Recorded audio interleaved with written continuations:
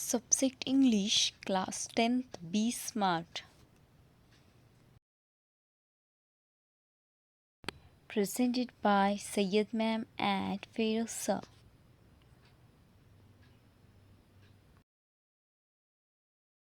Let's learn Be Smart. I'm going to read this lesson.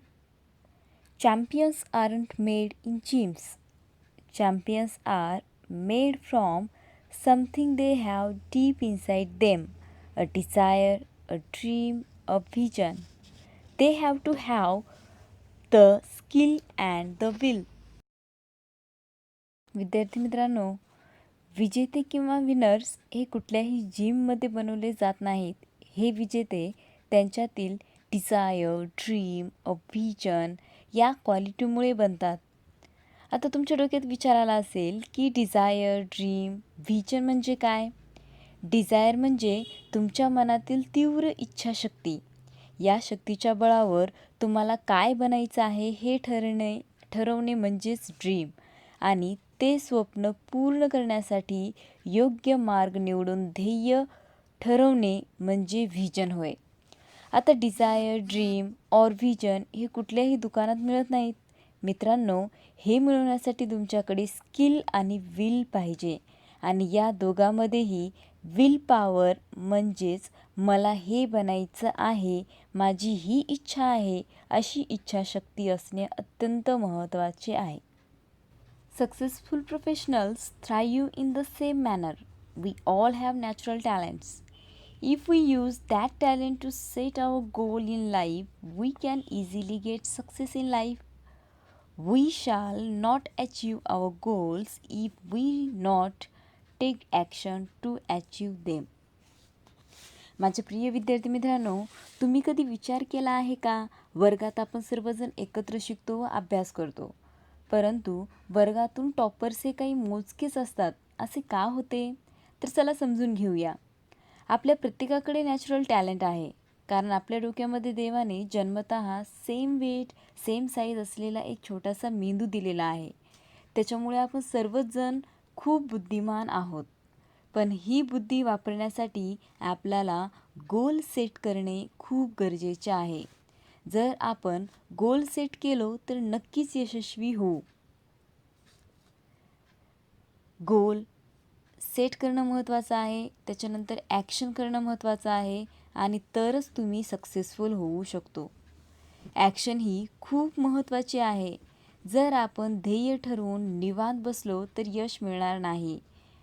आता आपण सुरुवातीला आपले ध्येय किंवा गोल ठरवूया. ओके, उदाहरणासाठी मी या ठिकाणी सांगते, मला 10वीच्या वर्गात शाळेतून प्रथम यायचं आहे, हे माझी गोल आहे. म्हणजेच सेटिंग गोल ही माझी पहिली पायरी आहे. Setting goals have to valuable assets, a sense of originality and a stepping stone to illuminate the path.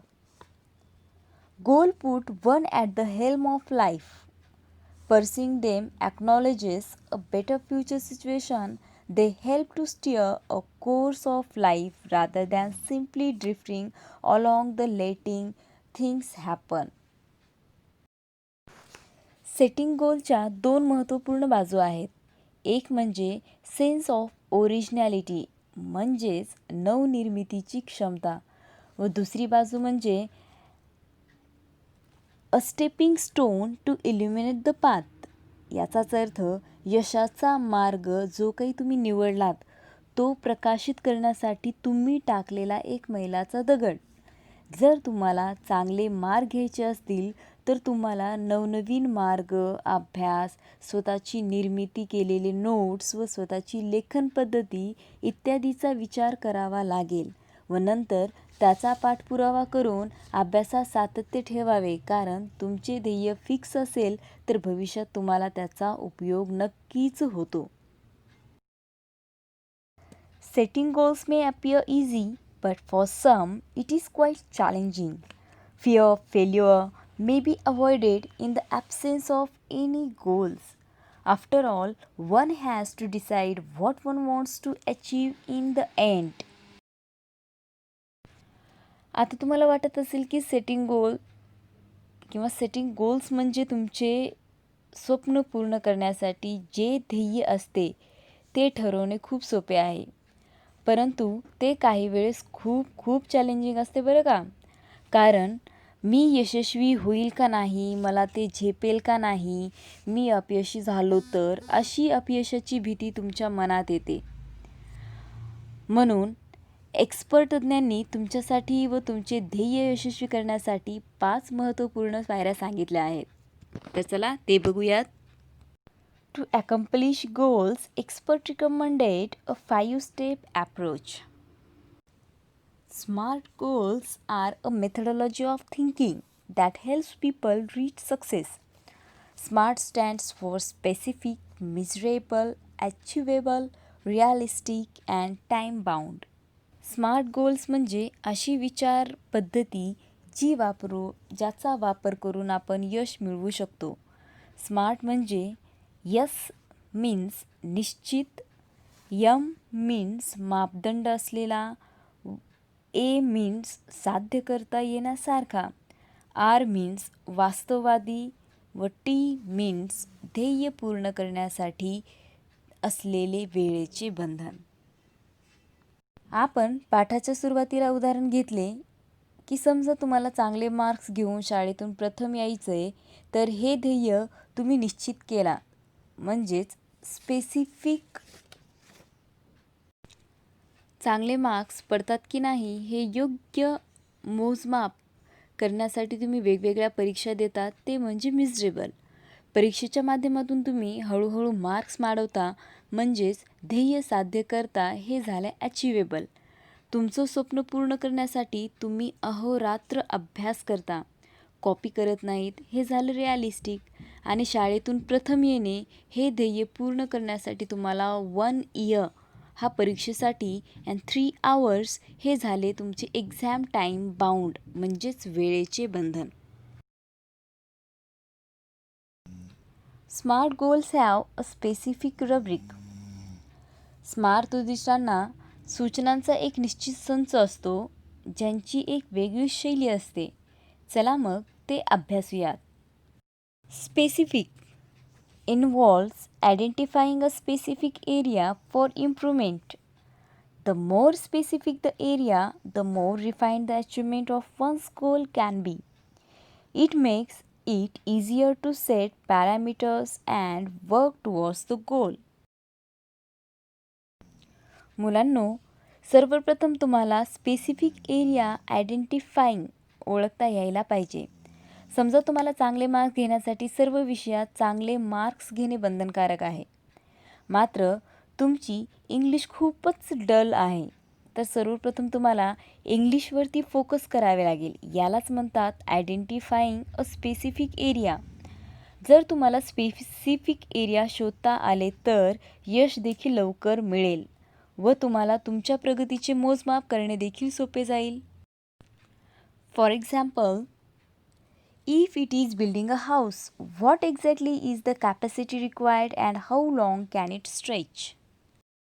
जर तुम्हाला घर बांधायचे असेल तर त्याची कॅपॅसिटी किती आहे, यावरून घर लहान बांधायचे की मोठे बांधायचे हे तुम्ही ठरवू शकता. Measurable. Quantifying goals provides specific ways to track progress against goals. This makes it easy to benchmark performance throughout the goal period, including area to improve. आता क्वांटिफाईंग म्हणजे मोजणे. तुमचं ध्येय पूर्ण करण्यासाठी ते पूर्ण होत आहे की नाही हे ठरवण्याचं काम म्हणजे मिजरेबल होय. म्हणजेच पहिल्या परीक्षेत 20 मार्क, दुसऱ्या परीक्षेमध्ये 40, तिसऱ्या परीक्षेत 60 मार्क्स पडत असतील तर तुमचा परफॉर्मन्ससाठी बेंचमार्क म्हणजेच मोजपट्टी बनवता येते व तुमचं ध्येय कुठपर्यंत आले आहे हे ठरवता येते. जसं इंग्रजी विषयामध्ये 20, 20चे 40, 40चे 60 अशी तुमची प्रगती हळूहळू होत जाईल.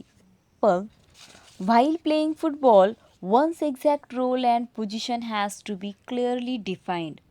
उदाहरणासाठी या ठिकाणी घेतलेलं आहे की समजा फुटबॉल खेळताना या ठिकाणी प्रत्येक खेळाडूची भूमिका व स्थान निश्चित करणे खूप महत्त्वाचे आहे आणि हे टोटली मिजरेबलवरती डिपेंड आहे. Third, achievable. Setting goals that can be completed in the designated period of time. Often, these goals may act like stepping stones to help meet broader goals that further define a career. Achievable म्हणजे साध्य करता येणारे. Designated period म्हणजे ठराविक कालावधी. हा ठराविक कालावधी खूप महत्त्वाचा आहे बरं का, कारण आता तुमचं ठरवलेले जे ध्येय आहे ते कदाचित भविष्यातील मोठ्या व व्यापक ध्येयासाठी उपयोगी पडणार आहे. जर तुम्ही चांगले पर्सेंटेज घेताल तर गुड कॉलेज ॲडमिशनपासून ते बिकमिंग अ डॉक्टर किंवा तुमचं जे स्वप्न आहे त्या ध्येयापर्यंत तुम्ही या ठिकाणी जाऊ शकताय. फॉर एक्झाम्पल, या ठिकाणी सांगितलेलं आहे बघा की as a students we can't become a president or a prime minister but can hope to reach those heights in future. जर या ठिकाणी आता तुम्ही विद्यार्थी आहात, जर मी तुम्हाला विचारले की व्हॉट इज युअर गोल, त्यावेळेस तुम्हाला वाटेल की मला प्रेसिडेंट किंवा प्राईम मिनिस्टर बनायचं आहे. परंतु विद्यार्थी असताना हे ध्येय एका वर्षात पूर्ण करता येणार नाही. मात्र ते मोठे ध्येय पूर्ण करण्यासाठी या ठिकाणी प्रेसिडेंट बनणे किंवा प्राईम मिनिस्टर बनणे अशी आशा करणे हे ध्येय तुम्ही या ठिकाणी सेट करू शकता. Fourth, realistic. It is important to create goals that are within one's current skill set or area of expertise. Building expertise takes time to expecting to become an expert in a short amount of time is unrealistic. Being realistic will make it easy to be successful at attaining goals. Realistic म्हणजे वास्तववादी. मुलांनो, खूप महत्त्वाचा मुद्दा आहे हा. वर्तमान काळात तुमची जेवढी कॅपॅसिटी आहे किंवा कुवत आहे ती आधी ओळखायला शिका व त्यानुसार योग्य ध्येय ठरवा. विशेष प्रावीण्य किंवा प्रगती मिळवण्यासाठी वेळ लागतो बरं का, म्हणून कमी वेळात तज्ज्ञ होण्याची अपेक्षा करू नका, ते अवास्तव आहे.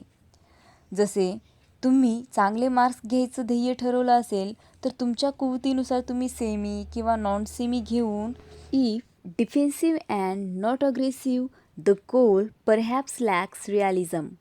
We must have the clear picture in mind and must have the ability to adhere to that picture.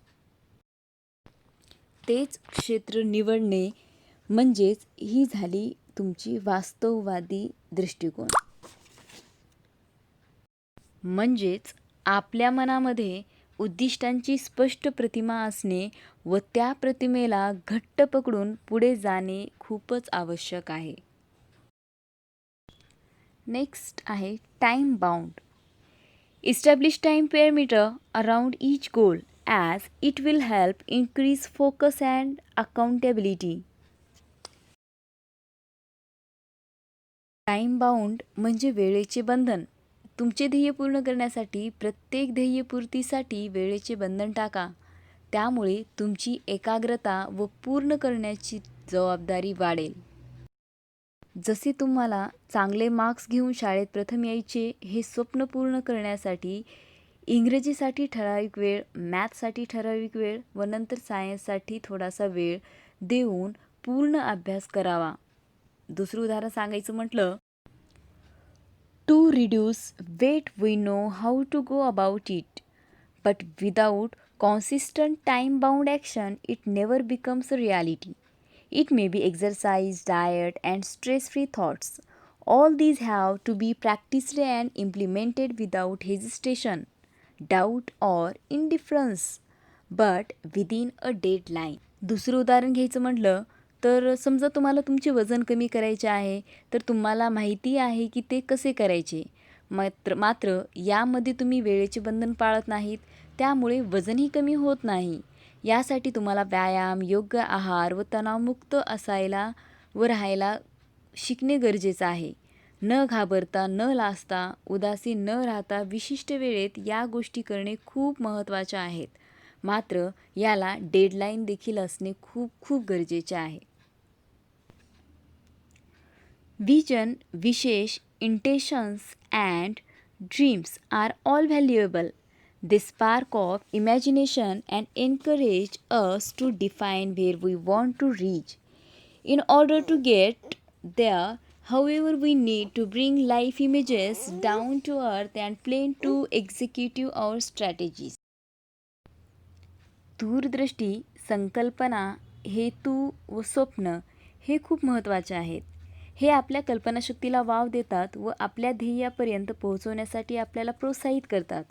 जसे तुमचेच उदाहरण घेऊ. समजा तुम्हाला शाळेतून प्रथम यायचं आहे, तर तुम्हाला दूरदृष्टी म्हणजेच विजन पाहिजे की शाळेतून प्रथम मीच येणार.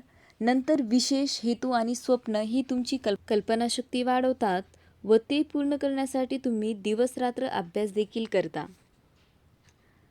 Next, the quality and quantity of energy we put forth directly impact the results. Life is something like a trumpet. If we don't put anything in, we can't get anything out. जीवनात काहीतरी साध्य करण्यासाठी प्रतिमा हवी आहे.